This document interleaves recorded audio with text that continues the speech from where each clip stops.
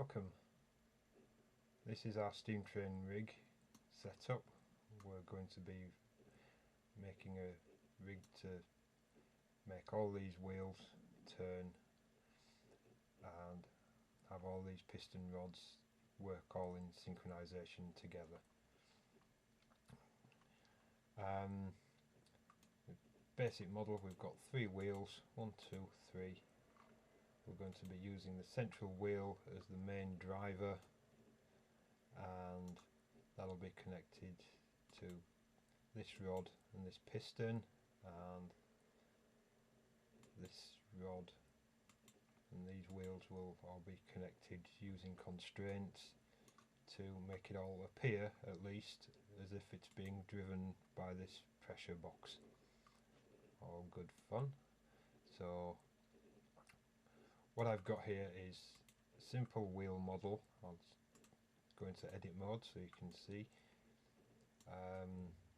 Just very basic, very simple, and you'll notice I've modelled it so that the origin point is in the dead centre of the wheel, which will be important later.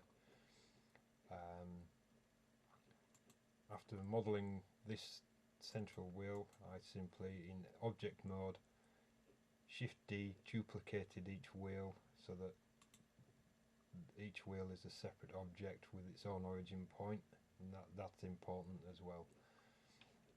I'll explain that as we get to it, but first things first, let's set our 3D cursor to this piston pressure chamber, which I've called it, and we'll start adding the armature. So first things first, just make sure that the 3D cursor is in the right spot. I press 1 to go into front view, add the 3D cursor in the right place and disappear. Let's drag that back and click add, armature, single bone, and in the bone options here, object options rather, click X-ray so we can see the bone, and in the bone options where it says bone, we're going to change that and call that pressure.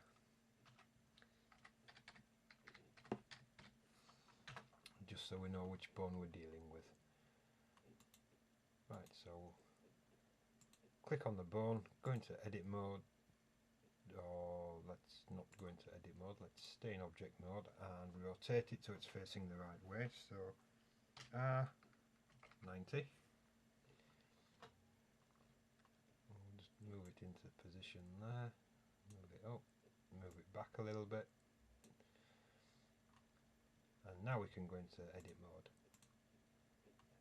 I'm just going to press Z to go into wireframe, Z, and now E to extrude the bone, Y to constrain it to the Y axis, and just bring it to the end of this piston rod. I've done it again. Okay, I'm going to select the first bone, drag that to the end of the piston rod. Now grab the second bone and drag that out to the centre of the piston. My mistake. The pressure bone wants to be at the end of the piston rod. We'll just bring it all down slightly, straighten it up. I've probably cocked that up, but let's not worry about that. The important part is that this tip of this bone lies in the exact centre of this connecting circle. Now our next bone, we need to bring it to the centre of this wheel crank. So if I press E again, drag it out and put it in the centre there. That should be right. Let's just zoom in by scrolling the middle mouse button, and using the handles I'll just pull it back along the Y axis so it's in the middle of that circle.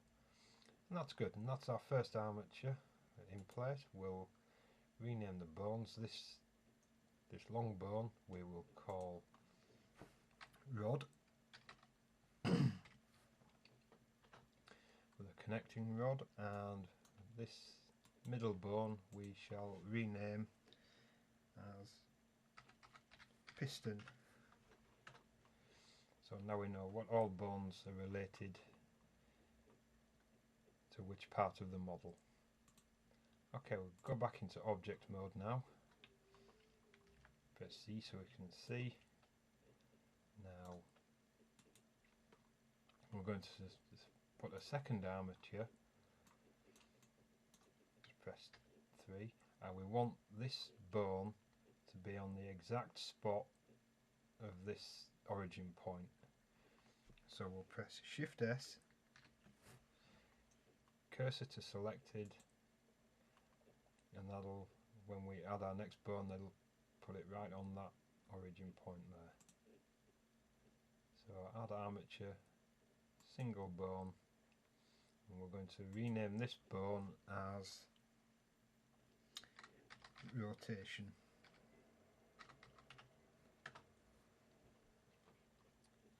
And if we go here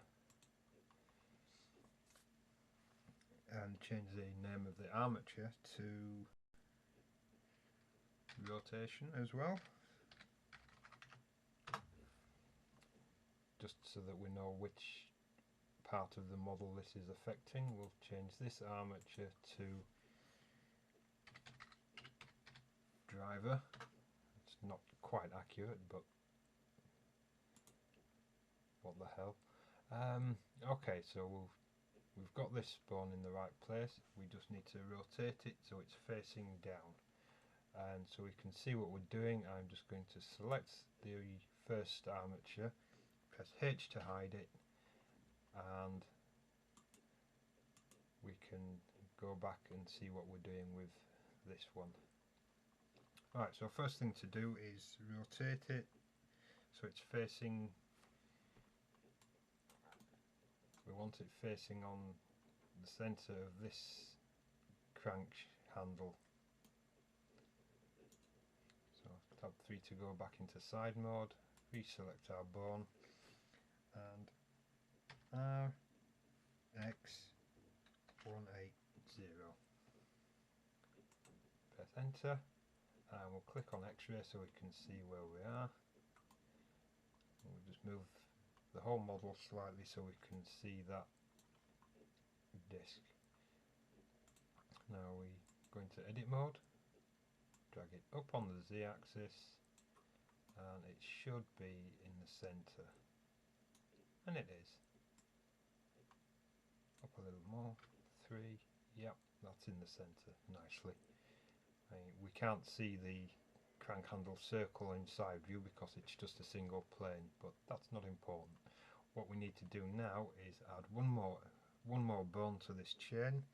So we press E, constrain it to the Z-axis, EZ, and just drag it down, and that's our second bone. And we're going to rename this bone as rotation, or just simply rot for short, and IK, because this is going to be our inverse kinematics target. We've got our rotation bone and our rotation IK bone. Oh, lovely. So let's get it all connected together, and to do that we need to go back into object mode and bring back our original armature. So press Alt H, it's back again. Now select the first armature, the piston driver bone, snap into pose mode, select the last bone, and we click on bone constraints in the top corner. That's the little bone with a chain next to it. We'll click on that, add constraint, and under tracking we're going to inverse kinematics. Now our target is the rotation armature, which we called rotation. So we'll click that. The bone we want is rotation IK, and that snaps that bone to this little bone here. But we're not done yet. Iterations are fine at 500.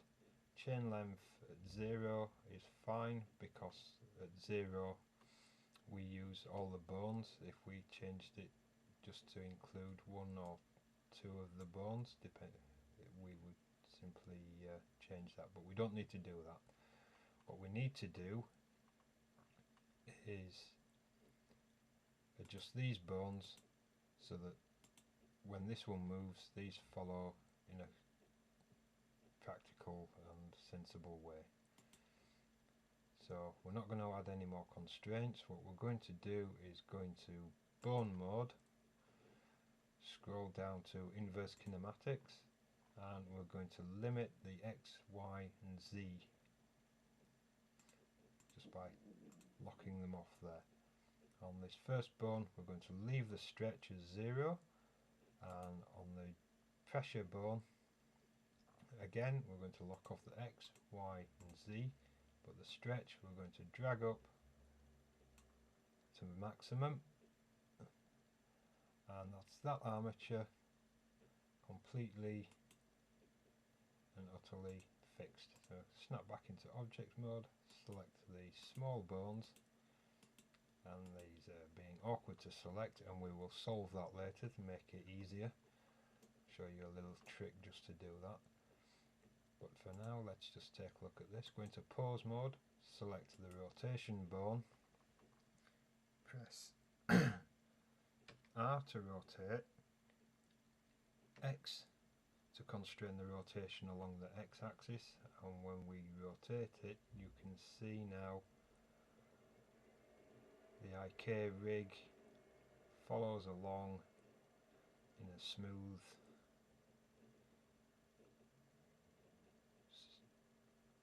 mechanical manner. Lovely. Okay, that's good. Now what we need to do is convince these objects to follow the bones,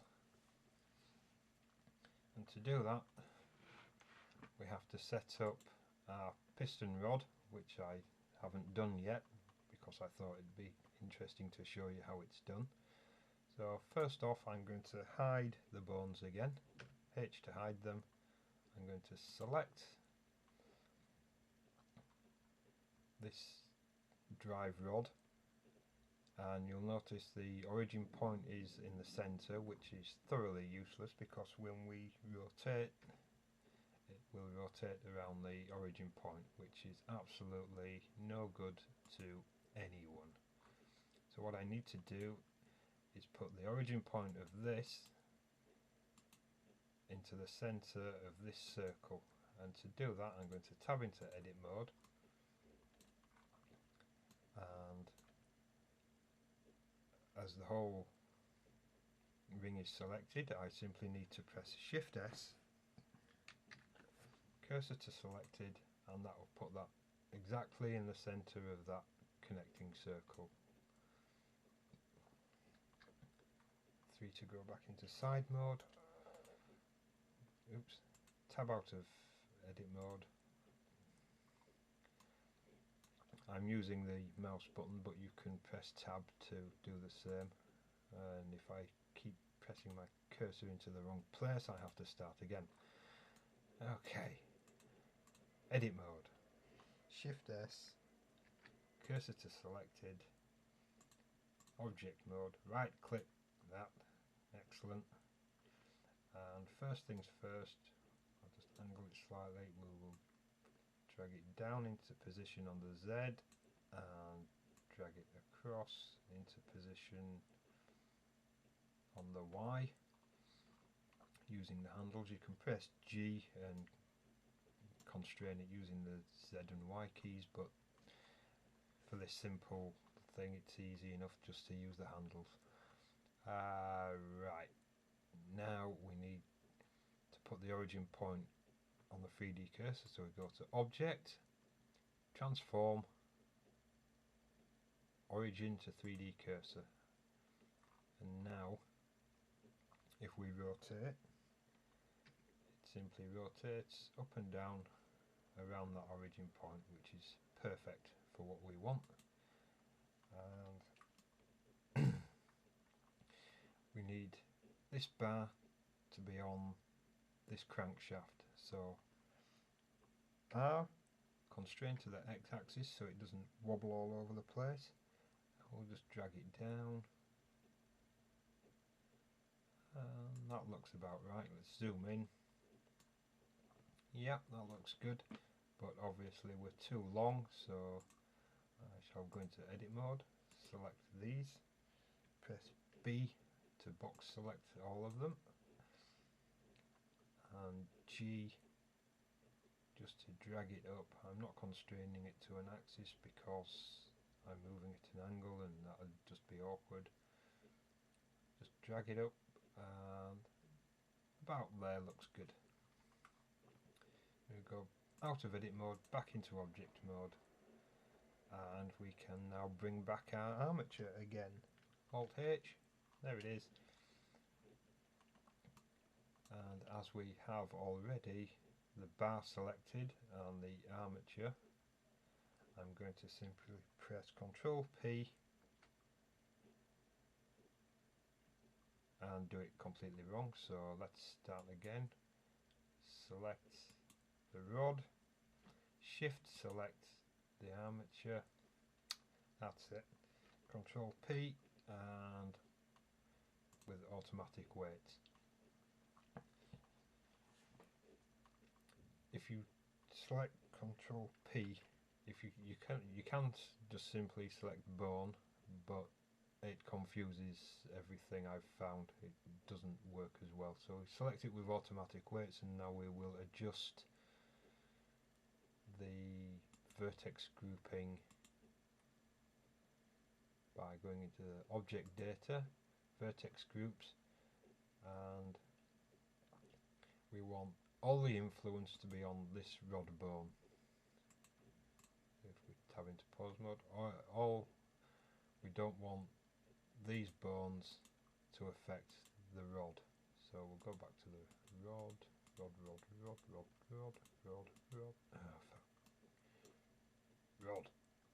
stop, object mode, rod, where is it?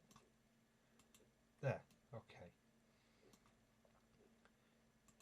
We tab into edit mode, and we need to select the whole bar, so we press A to deselect those end vertices, A again to select everything, and with rod selected we just click assign, and that will give full influence of those vertices to that bone. Click on piston and remove, pressure and remove, and that gives us that rod fully influenced by just this first bone. We go back to object mode, we will do the same for the piston. Shift select the armature, Control P, automatic weights, Shift select the rod again, piston, and in edit mode we will select all, A and A to select. This time we want to remove the rod, remove the pressure and assign the piston, and that should be it. Let's go into object mode again, select the little rotation bones. We're already in pose mode, so we'll rotate around the X and everything is moving. I'll just show you that without the armature. H to hide it, select the IK bones, R, X, and there we go. as you can see, the rotation is pulling this piston rod too far out of the pressure housing, so we need to fix that before we go any further. And leaving that in its furthest point, I shall select that, go into edit mode, and you see as you go into edit mode it snaps back automatically into its original position, but we won't worry about that. We want to press Z and just select these last few vertices here, so I'm going to box select, press B, left click to select everything. Using the handles, I'm just going to drag it back along the y-axis. It doesn't matter how long it needs to be, all we need is when we go back into object mode, it remains within the pressure housing.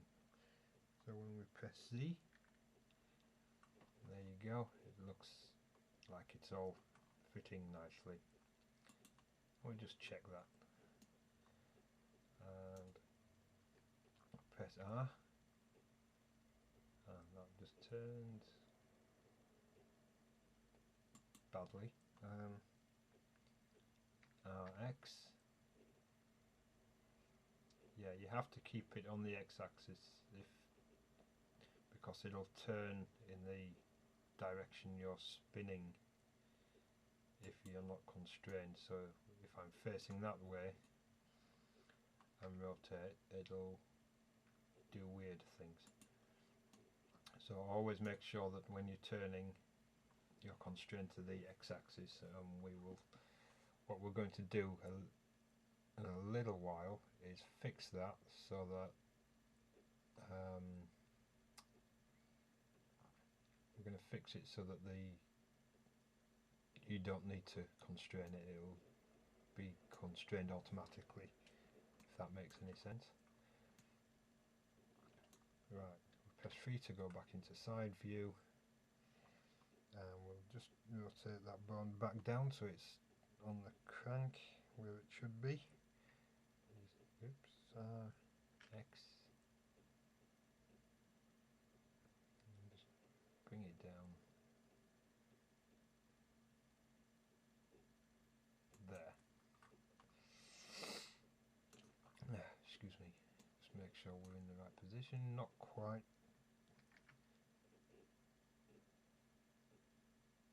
Because remember, we need to be in the exact centre of that wheel, otherwise the wheel will just turning in ridiculous ways.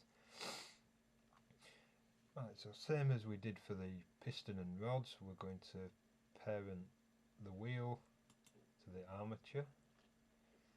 Control P, automatic weights, select the wheel, go into edit mode, select A to select everything, and from rotation IK we're going to remove everything. In rotation we will assign everything, and that should be the drive wheel completed and turning. So let's try that. R X, and there you go. That's the first part done. Now for the next part.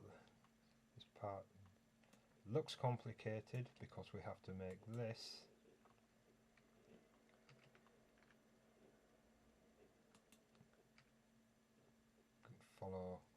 rotate around the wheels, keeping in synchronization with the central wheel without it spinning like an idiot. And to do that, first thing we're going to do is add a constraint, and that constraint will be limit rotation. In order to make it rotate around there, we're going to limit the rotation of the X, Y and Z, and that'll stop it actually spinning on its origin point. Now we need to parent this bone. No, we're not using bones for this. There's something wrong there. Before we go any further, let's just pull this bar back to where it should be.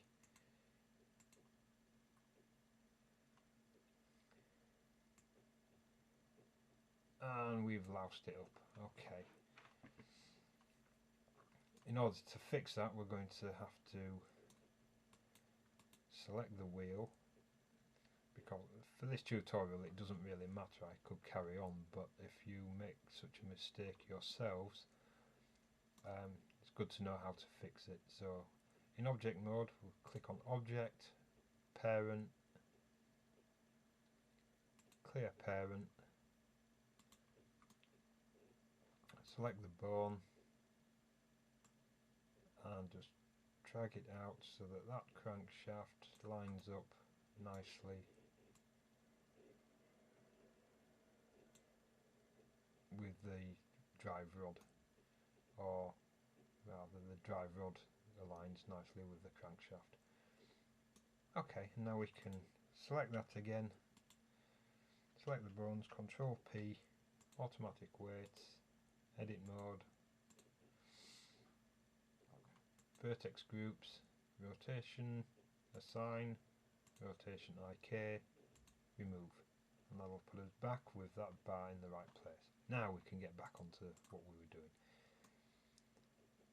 Okay, so we're going to select this wheel,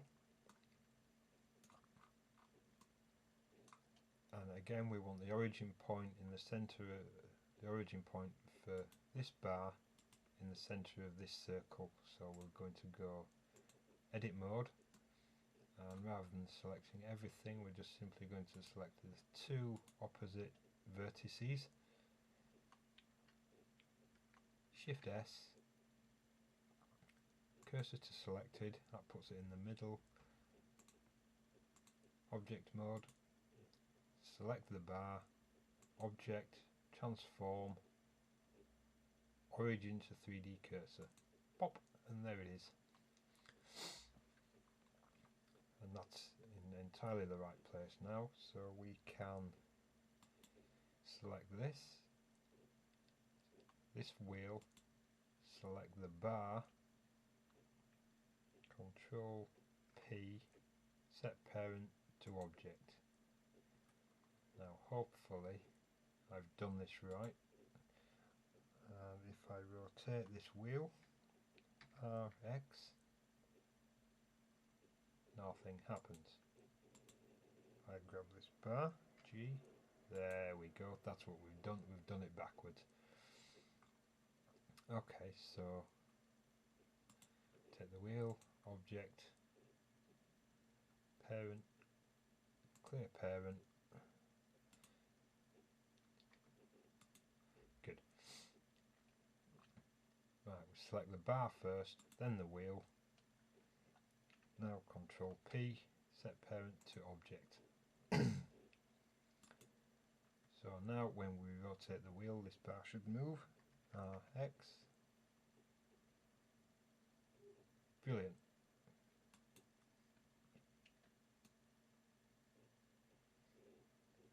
Now for the trick. Because we want this bone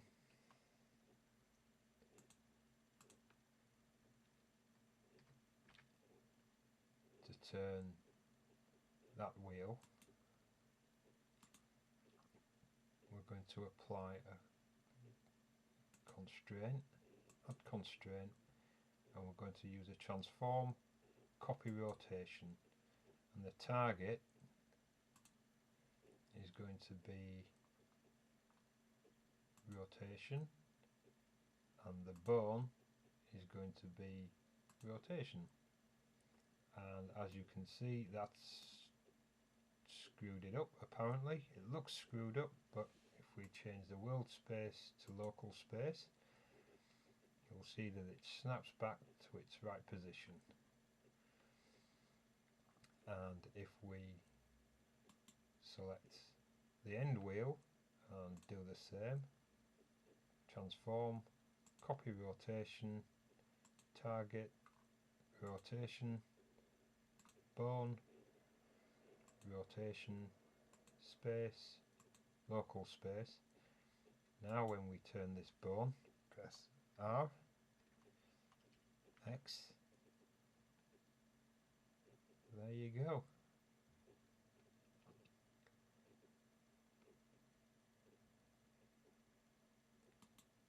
Now I said we were going to lock off the direction of the rotation, so you don't need to keep constraining it, because it's easy enough just to accidentally press R and just screw everything up.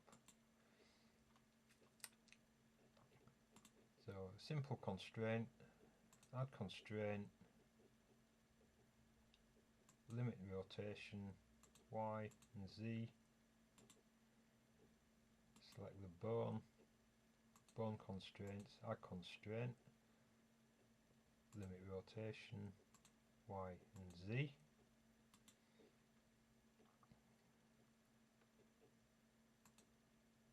and again for the front wheel, add a constraint, limit rotation Y and Z. And now when you select that bone, you can simply press R, and doesn't matter what position you're in, it simply works. But obviously trying to fight your way through everything, trying to get the bone, is a little bit awkward sometimes, so a little trick is to go into side view, move your 3D cursor into the middle, go into front view and move your 3D cursor just away from the rig, add empty, we just have a plain axis, nothing special. We'll add the same constraints, limit rotation Y and Z, and then for this bone I'm going to add another constraint, and we're going to copy rotation. The target will be the empty. As you can see, everything's snapped to the empty, and that's all well and good. But now when you select the empty, press R and just rotate the empty, the whole rig moves, and we can animate that empty by simply pressing I to insert the rotation keyframe. If we move on 20 frames, rotate the empty, R,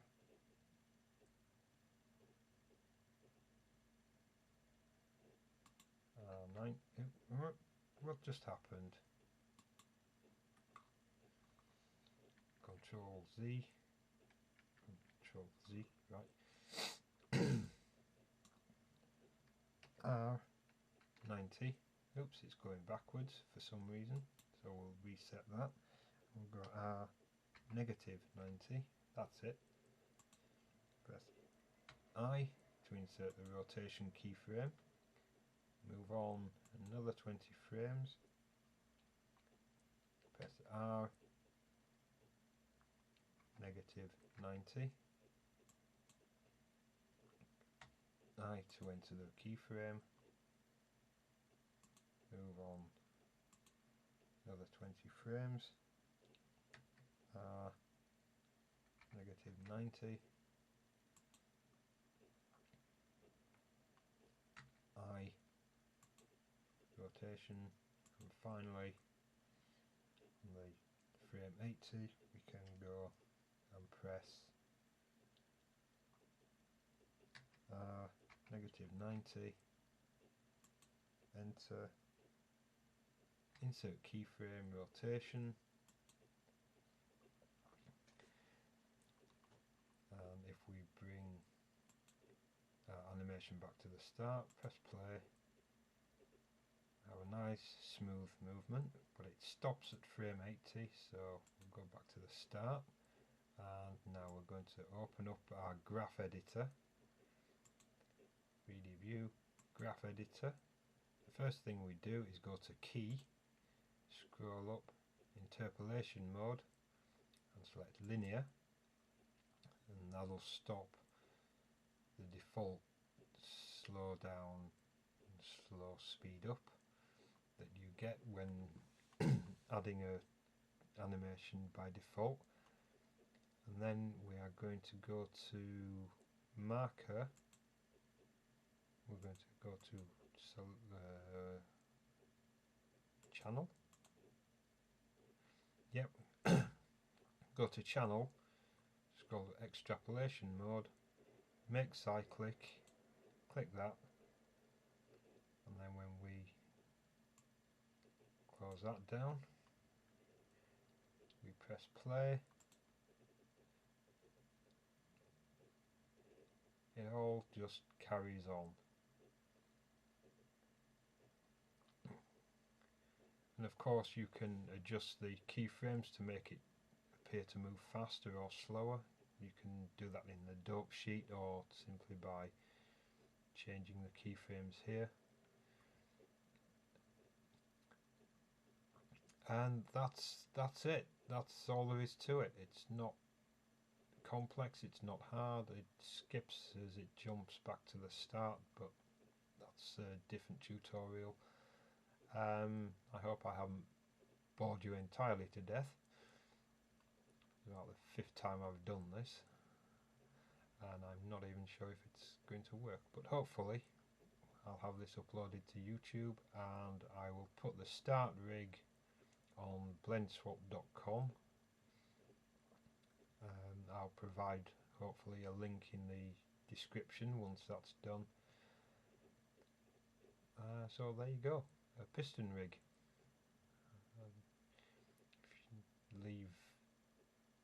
Leave a comment, subscribe, and we'll hopefully get some more better tutorials.